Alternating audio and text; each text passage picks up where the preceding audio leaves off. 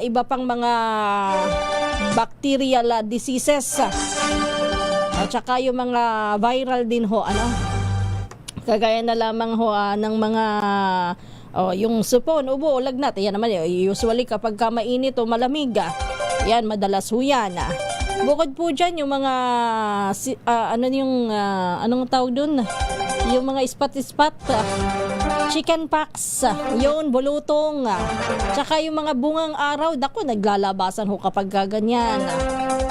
Ang problema mo naman, kapag sinabi mo na mas maganda ho maligo ho kayo. Araw-araw, dapat naman talaga. Tayo ho kilala mga Pilipino bilang malinis sa ating mga pangangatawan. Kung minsan ho pinapayuhan din na maligo 2 beses sa isang araw para po kahit papano yung ating katawan sumingaw ho yung init na ating nararanasan, maginhawahan ho ang ating katawan at maging malinis. Pero papaano ka naman minsan maliligo at magbababad sa tubig kung sasabihin naman sa atin na magtipid, kasi nga kulang naman at kailangang magtipid sa supply ng tubig. Yung iba nga ho nakararanas din ng water interruption pa Tapos yung mga dam natin nasa critical level pa. Well anyway, pero marami pa pong mga pamamaraan isa na nga ho dyan ay stay at home kapag po ganito kainit ang panahon Sabay-sabay ho mainit na nga ang mainit na nga ang sitwasyon sa politika, mainit pa po talaga sa tunay na buhay dito sa ating mga common na Pilipino. Kaya talaga kung minsan iinit din talaga ang ulo mo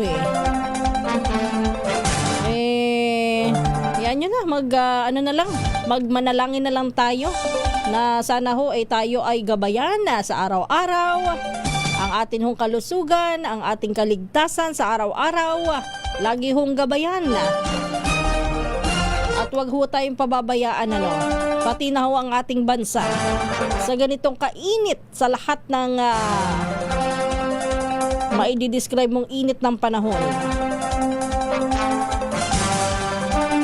Isang magandang umaga muna kay Michael Andrew Castro. Good morning mula sa Santa Maria, Laguna. Kay Alba, good morning, at kay Jesus Dio, pagbati po ng magandang umaga sa lahat po mula sa BC Canada.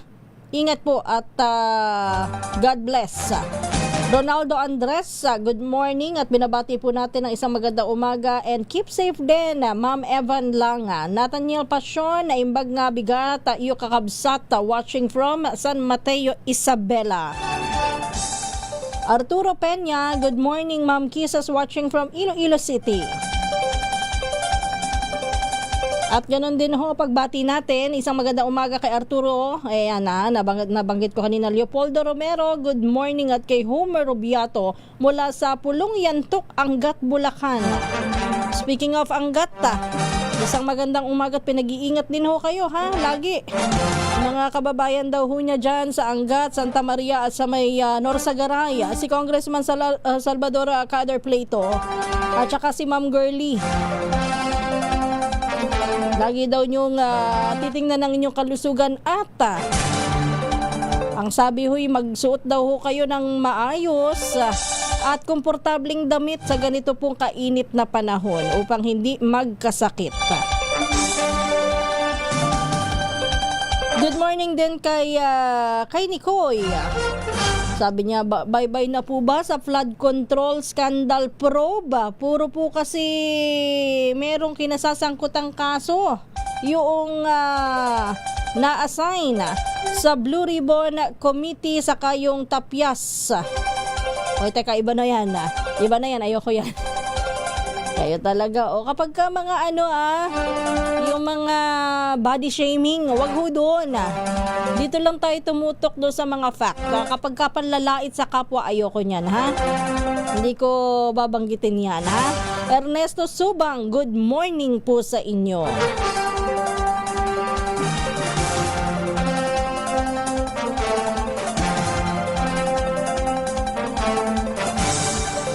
Ma'am Becky Tisuka, isang magandang umaga po, and ganun din po ay binabati po natin, good morning pa rin kay Mauro June Aspiliaga, kay Gidon Matilde, kay Ma'am Becky Tisuka muli, at kay Ma'am Ivy Gutierrez Rauledo. Sana po umulan, yan na ang pag-asa ng mga taga-Oriental Mindoro. Pero ako naman, dito sa may bahagi ho ng Pampanga, bagamat mainit ho ang panahon, ang sabi ko nga ay ang panalangin ko muna ay wag hong uulan ng malakas. Kawawa ho yung mga kung sakali hong may buhay pa na posibleng mailigtas dyan sa nangyaring pagguho ng gusali dyan sa may Balibago, Angeles City sa Pampanga. Although kagabi ho sa report ni RH25 Grace Sansano, ang sabi ho ay lilipat na sila sa retrieval operation ngayon mula sa search and rescue. Kaya naman ho yung ibang mga kaanak ho ng mga nawawala pa ng mga construction worker at iba pa pong individual, talagang kahapon laylay ang mga balikat nila. Although sila ho, ang gusto ho nila ay umaasa ho sila na may mga buhay pa. Meron ho kasi silang ginagamit dyan ang Bureau of Fire Protection, ang DPWH at iba pang mga rescuer na makina o equipment para daw na makuha yung kung may signs of life. Yun po ang ginagamit nila. Kagaya kahapon nung merong nakita o meron silang naramdaman na sign of life, agad po ay ginalugad po yung area na yon. Hanggang sa meron nga po na may iligtas na isa pa, batay po sa kanilang record. So as of 12 midnight ay umabot po sa 27 ang nailigtas. Ang bilang po ng nawawala ay 16, habang ang bilang po ng nasawi dyan sa malungkot na trahedya po sa Angeles City ay 4. Sana huy wag nang madagdagan pa, sana. At lahat po ng 16 na nawawala ay makita. Sana'y nasa maayos pa rin. Although sa ngayon, ang nakakalungkot ng balita, wala na po kasing nagre-responde Nung una meron pang mga nakakausap Ngayon ho ay wala na. Pero ang sabi naman ho ng mga kaanak, kung tutuusin, gusto daw nila lumapit doon para daw sigaw-sigawan yung kanilang mga mahal sa buhay. Baka sakaling kung maririnig ho yung kanilang boses at makikilala, sasagot. Diba nakakalungkot yung mga ganong pag-asa. Kaya ipanalangin ho natin sila. Liboy Banes mula sa Banate, Iloilo, good morning. Ganon din kay Fernando de los Reyes. Binabati rin po natin Kenneth Paul Amuncio at binabati rin po natin ang isang magandang umaga. Happy viewing, happy listening. Mama, sir, Force Navarro Galindez, good morning. Ronaldo Andres, kape-kape tayo, Bentong.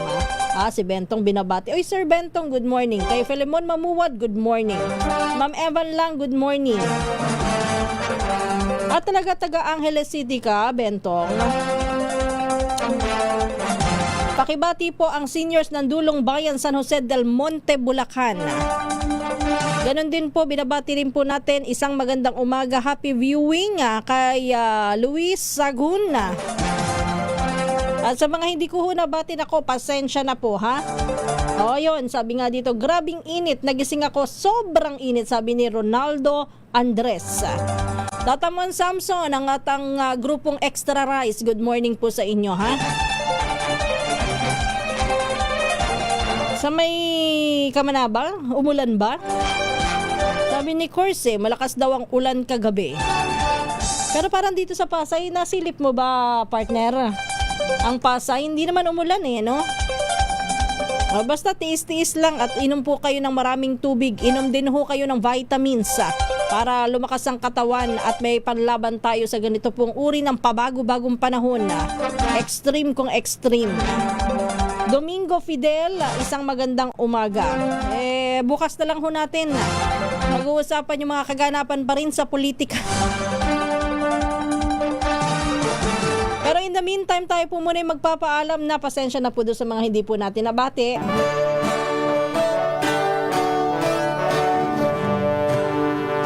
Muli po ito po ang Balitang Promdi. Maraming salamat po sa inyong lahat na sumama at nakiisa, tumutok at nakisali sa ating discussions. Ito po ang inyong lingkod, Kisas Habson. Susunod na si Kong Angel Palmones at ang Magandang Umaga Pilipinas. Muli, Pilipinas ang oras sa alas 3:55. Good morning and happy Tuesday.